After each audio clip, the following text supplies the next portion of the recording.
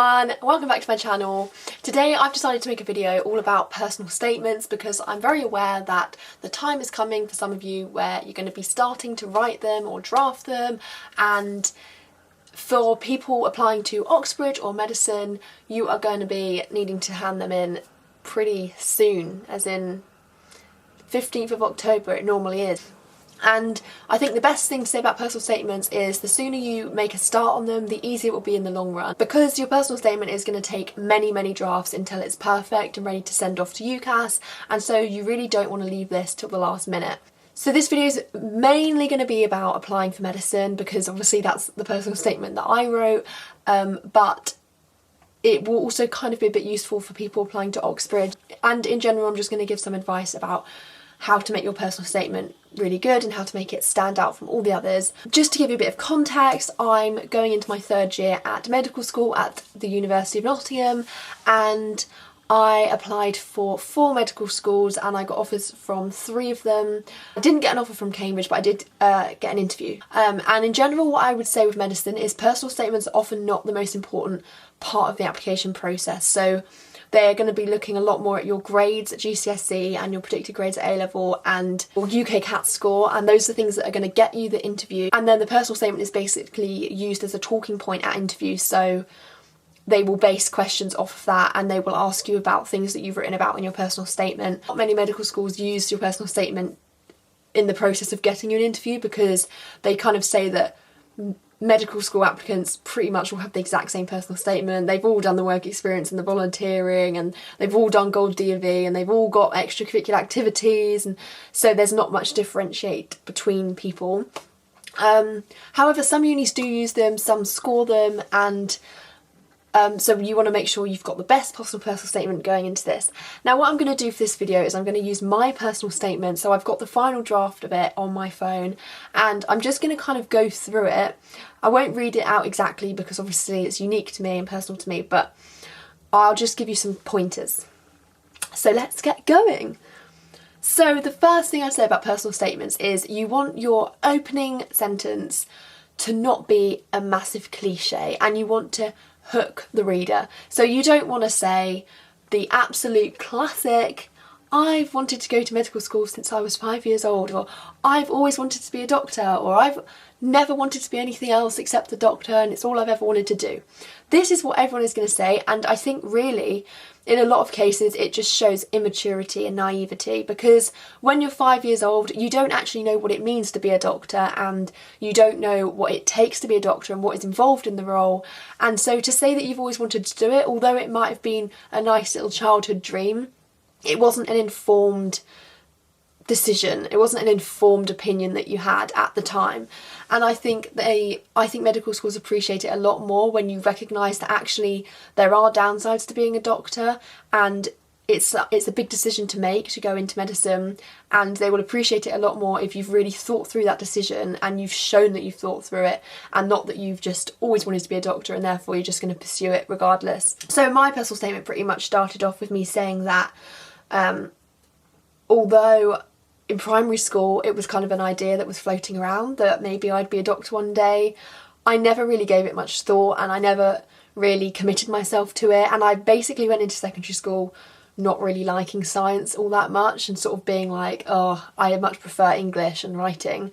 It wasn't until the years went on and I became better at science and I enjoyed it more that I realised that actually being a doctor could be an ideal career for me. So now for medicine, the bulk of my personal statement is talking about volunteering and work experience that has led to me being sure of my decision to become a doctor. It's almost like I've written it as a little story. So as you might have seen from my other video where I talk about all my work experience and volunteering that I did for medical school, well, not just for medical school, for my own personal growth as well. From that, you will know that my first piece of work experience / volunteering that I ever did was at a care home for the elderly, and so that's my starting point of my personal statement. So at this point I wanted to go into medicine, but I didn't really know much about it and I didn't really know what it would involve. So all these experiences I talk about, I'm not just talking about them as a checklist. Oh look, I've done 6 months in a care home. Oh look, I've done a few weeks in a hospital.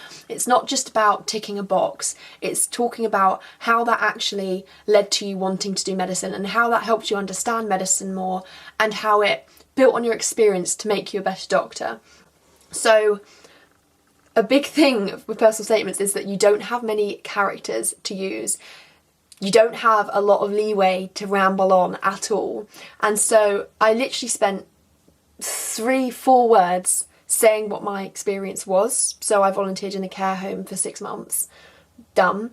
Not going to go into loads of details about where it was and when it was and all that. It's not necessary.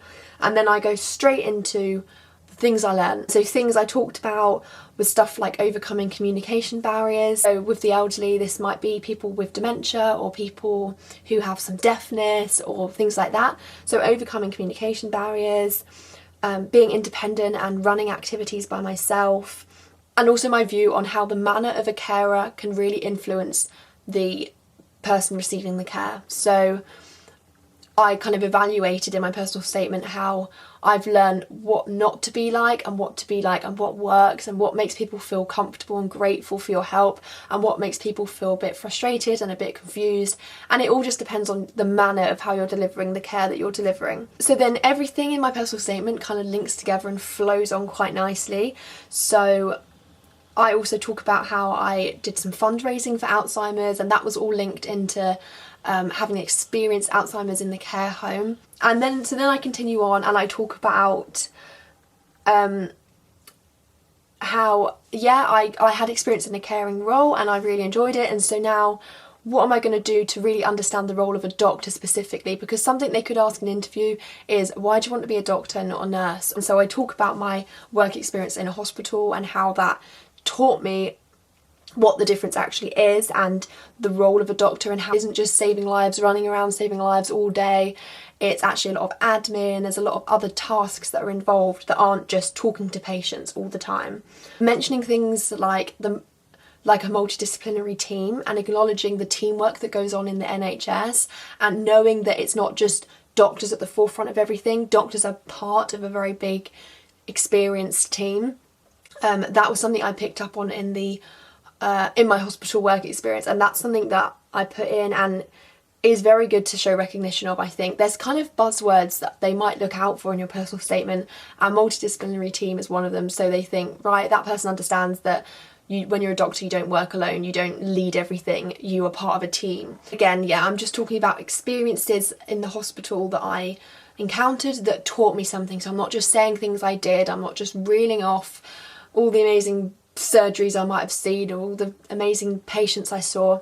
I'm actually linking it back to what I learned. And I also talk about my Saturday job, which was working with disabled children, which you might have seen from my other video.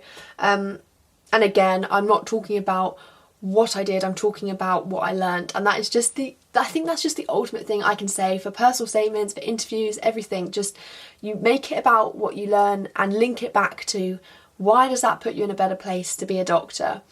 Because at the end of the day, that's what you're doing all these things for. You're growing yourself as a person, you're experiencing things so that in the future you can handle being a doctor and doing a medical degree. So then I go on to talk about some other ways I've developed skills. So it doesn't all have to be medicine related. So I did some volunteering in my school, helping younger students with English and maths. And then I did talk about Gold DV. I know a lot of people applying for medicine have probably done it, and so I wanted to make it not just, oh look, I've achieved this, I've got Gold DV, but I wanted to actually explain what I learned from it and what skills I developed from it. So I talked a bit about leadership and working in a team and things like that. And then at the end, I kind of have a little bit where I talk about extracurricular activities that aren't related to medicine, but they're going to make me a well-rounded person, because that's something I think medical schools really do look for. Because in order to cope with a very demanding degree and a very demanding career, you're going to need to have some downtime, and you're going to have balance in your life. You can't just have your whole life centered around medicine, because it will drive you crazy. So I talked a bit about how I sing and how I play piano, how I do a lot of running, and like how exercise is important to me, and just very briefly mentioned a few like things I do for enjoyment, because I think that is important, but you don't want to waste valuable space talking about it because it's not directly linked to medicine.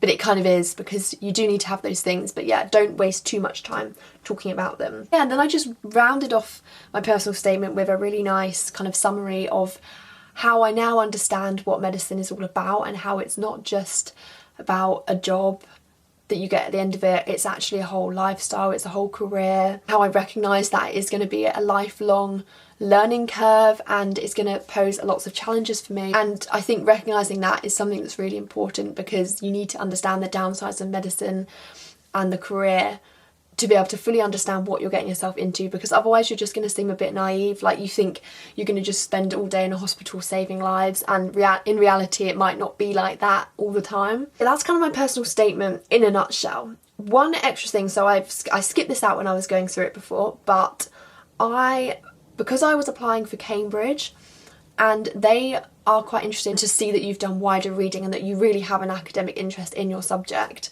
And so I included a bit about a book that I'd read, which was all about genetics. And obviously the rest of my personal statement, from the fact that I fundraised for Alzheimer's and I worked in an elderly care home where a few of the residents had Alzheimer's, this Alzheimer's has always been something I've been quite interested in. And so I did some extra reading about it, and I talk about that in my personal statement because I want them to see that I'm genuinely interested and I'm not just kind of just saying that I am. And that interview, they did actually ask me about what I wrote. So if you do write in your personal statement that you've read a book, or that you read the New Scientist magazine or something like that, be very prepared that they're going to ask you exactly what the book was about and everything that you learned from it, and they're going to ask you for specific articles that you read from the New Scientist. Don't lie in your personal statement, it's completely pointless, especially with Cambridge, Oxford and medicine. When you're going to have interviews, I just don't think you can get away with it, and you're going to be in a very awkward position if you did lie. As you start to draft your personal statement, maybe you'll have a lot to say, and the hardest part for me was cutting it down to the specified number of characters that you're allowed. And it is hard, and I just think you need to be really, really brutal when you're cutting words out.